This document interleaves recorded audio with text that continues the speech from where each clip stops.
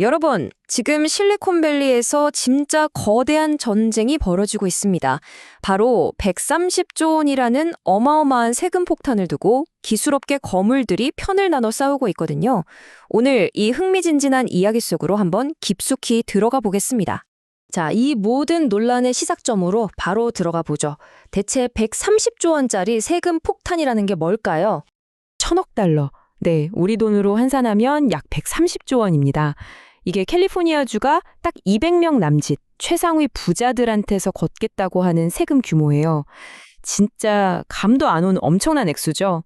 이런 대규모 탈출, 이건 분명 이 새로운 세금 때문이 맞습니다. 하지만 단순히 세금 내기 싫어, 이게 다가 아니에요.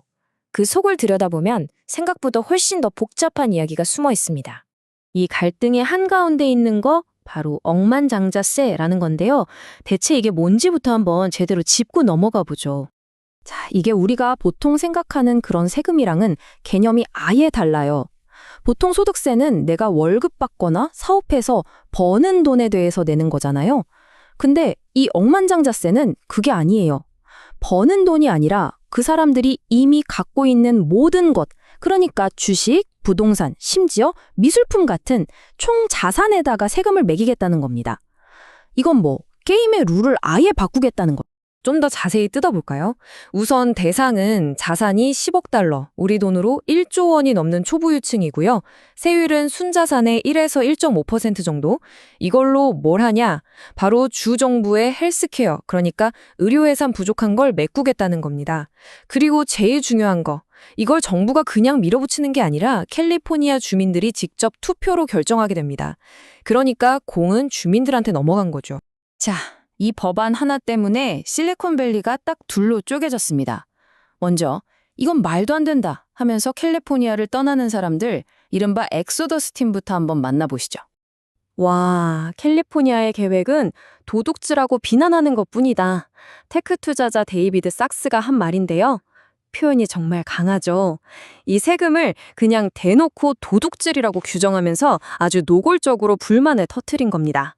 이 엑소더스 팀을 이끄는 사람들이 누구냐면 바로 페이팔 마피아의 대부로 불리는 피터 틸, 그리고 구글 공동창업자인 세르게이 브린 같은 진짜 거물들이에요.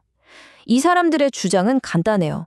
이건 사유재산을 뺏는 위헌적인 행위다. 그러면서 아예 소득세가 없는 텍사스나 플로리다로 이사를 가버리고 있어요.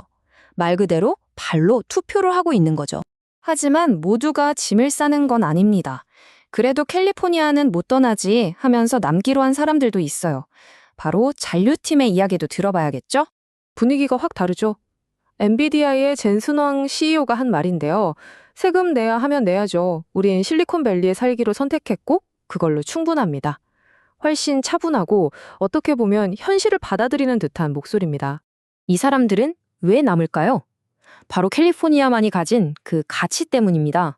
세계 최고의 인재들이 모여들고 최고의 기술 인프라가 깔려 있잖아요. 이런 건 돈으로 살 수 없다고 보는 거죠. 세금 좀 더 내더라도 여기서 얻는 게 훨씬 크다는 계산인 거예요. 여기에 서비스업 노조 같은 단체들은 그동안 캘리포니아에서 온갖 혜택 다 누렸으면서 이제 와서 세금 좀 내라는 게 그렇게 억울하냐? 공정한 몫을 내라. 고 목소리를 높이고 있습니다. 결국 이 상황을 보면요. 이건 두 개의 완전히 다른 세계관이 정면으로 꽝 하고 부딪히는 거예요. 내 돈은 내 맘대로 할 자유가 있다는 자본이동의 자유를 외치는 쪽, 그리고 그 돈으로 사회에 대한 책임을 져야 한다는 사회적 책임을 주장하는 쪽. 정말 팽팽한 대립이죠.